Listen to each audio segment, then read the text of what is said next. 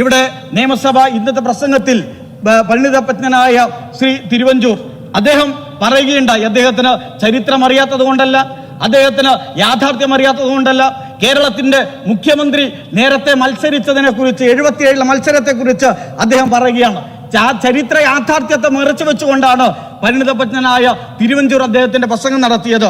1977 കേരളത്തിന്റെ ഇന്നത്തെ മുഖ്യമന്ത്രി ശ്രീ പിണറായി വിജയൻ കൂത്തുപറമ്പിൽ മത്സരിക്കുമ്പോൾ നമുക്കറിയാം ജനതാ പാർട്ടി ജയപ്രകാശ് നാരായണ നേതൃത്വത്തിൽ രൂപീകരിച്ചത് അടിയന്തരാവസ്ഥയുടെ കിരാത നാളുകളിൽ അതിനെതിരായിട്ടുള്ളൊരു മുന്നണി രൂപീകരിച്ചുകൊണ്ട് 77 ജനതാ പാർട്ടി രൂപീകരിക്കുന്നു.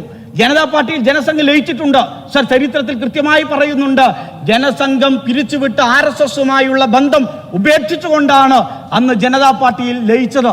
അന്ന് നടന്ന തെരഞ്ഞെടുപ്പിന്റെ ചരിത്രത്തെ കുറിച്ച് വളച്ചൊടിച്ചങ്ങ് പറയുകയാണ്. എന്നാൽ ഒരു യാഥാർത്ഥ്യം അങ്ങ് പറയണം.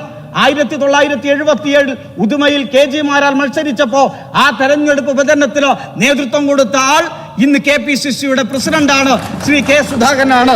അങ്ങത് മറന്നുപോയി. സർ, പട്ടാമ്പിയിൽ 1960 തെരഞ്ഞെടുപ്പിന്റെ ചരിത്രം അങ്ങേക്ക് ഓർമ്മയുണ്ടാകുമല്ലോ. അന്ന് EMSനെ പരാജയപ്പെടുത്താൻ ദീൻദയാൽ ഉപാധ്യായ കോൺഗ്രസിന്റെ പ്രചരണത്തിനിറങ്ങി ജനസംഘത്തിന്റെ സ്ഥാനാർത്ഥിയെ പിൻവലിച്ചു. സർ, 60 തെരഞ്ഞെടുപ്പിൽ EMS പട്ടാമ്പിയിൽ നിന്ന് 7322 വോട്ടിന്റെ ഭൂരിപക്ഷത്തിൽ വിജയിച്ചു. ഈ ചരിത്രം മറച്ചു വെച്ചുകൊണ്ട് നിങ്ങൾ നിരന്തരമായി നുണകൾ ഇങ്ങനെ പ്രചരിപ്പിച്ചുകൊണ്ടേ ഇരിക്കുകയാണ്. സർ, എന്താ കോൺഗ്രസിന്റെ ഇപ്പോഴത്തെ സ്ഥിതി? 1930 വടകര സമ്മേളനത്തിന്റെ ചരിത്രം ഇവിടെ ഇരിക്കുന്ന കോൺഗ്രസ് നേതാക്കന്മാർക്കറിയാം.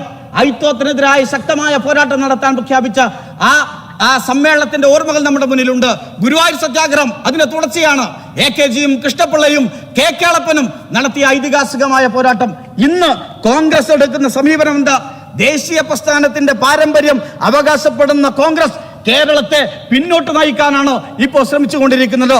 4 വോട്ടിനും 2 സീറ്റിനും ഈ നാടിന്റെ മതനിരപേക്ഷതയെ ഒറ്റുകൊടുക്കുന്നവരായി ഇന്ന് ഈ നാട്ടിൽ കോൺഗ്രസ് മാറുകയാണ്.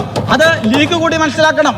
ബഹുമാനപ്പെട്ട ശംസുദ്ദീൻ അംഗം ഇവിടെ ജില്ലാ പഞ്ചായത്ത് മെമ്പർ പോയതിനെ കുറിച്ച് പ്രയാസപൂർവ്വം പറയുണ്ടായി. കോൺഗ്രസിന്റെ എത്ര മുഖ്യമന്ത്രിമാർ സർ BJPയിലേക്ക് പോയി?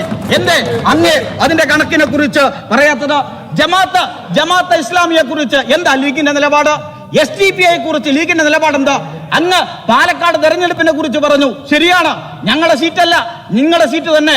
പക്ഷേ പാലക്കാട് തെരഞ്ഞെടുപ്പിൽ SDPI ആണ് സാർ നിങ്ങളുടെ വിജയം. നിങ്ങളുടെ കോൺഗ്രസ് ഓഫീസിന് മുന്നിൽ അവരുടെ കൊടി പാറിച്ച് ആദ്യം ആഘോഷിച്ചത്, ആദ്യം മുദ്രം വിതരണം ചെയ്തത് SDPI ആണ്. ലഘുലേഖ തയ്യാറാക്കി നിങ്ങൾക്ക് വേണ്ടി വീടുകൾ കയറിയത്. എന്താ ലീഗിന്റെ നിലപാട്?